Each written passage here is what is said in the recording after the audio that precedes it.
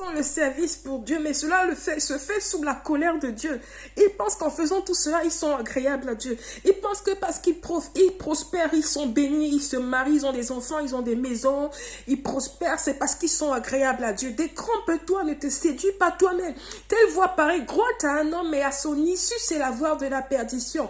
Nous avons vu dans Zacharie chapitre 3 comment le souverain sacrificateur, le grand-père Josué s'est tenu devant Dieu, devant l'ange de l'Éternel. Et il a constaté qu'il était revêtu de vêtements sales. Vous imaginez quelqu'un qui est reconnu comme étant le dirigeant d'une grande communauté chrétienne, mais qui a des vêtements sales. Que pensez-vous si ce n'était pas la grâce de Dieu pour enlever ses vêtements sales et le recouvrir des vêtements de justice? Quelle est ta motivation quand tu sers Dieu? Quel est l'état de ton cœur quand tu sers Dieu? Quel est ton objectif quand tu sers Dieu? Est-ce que tu le fais par motif personnel, pour ta propre gloire ou par intérêt personnel?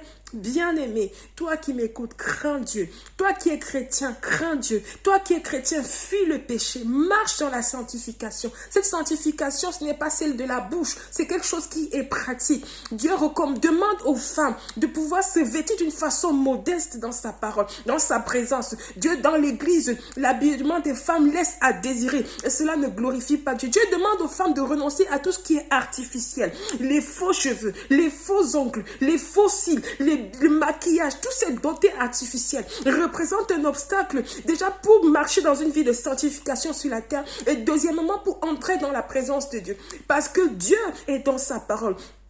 Bien-aimé, Dieu recommande aux femmes de ne pas se porter de pantalon dans sa présence parce que c'est un vêtement immoral. Parce que depuis les temps anciens, les premiers chrétiens ne portaient pas cela. Et dans Deutéronome 22, verset 5, Dieu recommande aux femmes de ne pas se porter un vêtement d'homme. Le pantalon a été fait pour les hommes. Quand vous allez même aux toilettes, dans les lieux publics, vous voyez toujours que le sigle de la femme, c'est toujours avec une robe. Ce n'est pas au hasard. C'est parce que Dieu nous demande, c'est en fait le reflet de la parole de Dieu. Quand tu viens dans la présence de Dieu, femme, prends la peine d'attacher un foulard, de couvrir tes cheveux.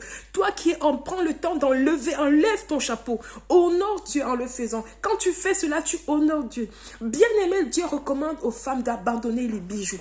Les bijoux, c'est des pratiques païennes. C'est associé à l'idolâtrie. C'est des dieux étrangers. Dans la parole de Dieu, Dieu nous invite même depuis l'Ancien Testament, jusqu'au Nouveau Testament, aux femmes de ne pas se revêtir de tout cela. Ce qui est encore terrible, c'est que des jeunes hommes le mettent et trouvent que c'est normal. Non, il doit y avoir une différence entre nous en tant que chrétiens et ceux qui vivent dans le monde. La sanctification, elle doit être dans le cœur et également à l'extérieur de notre vie.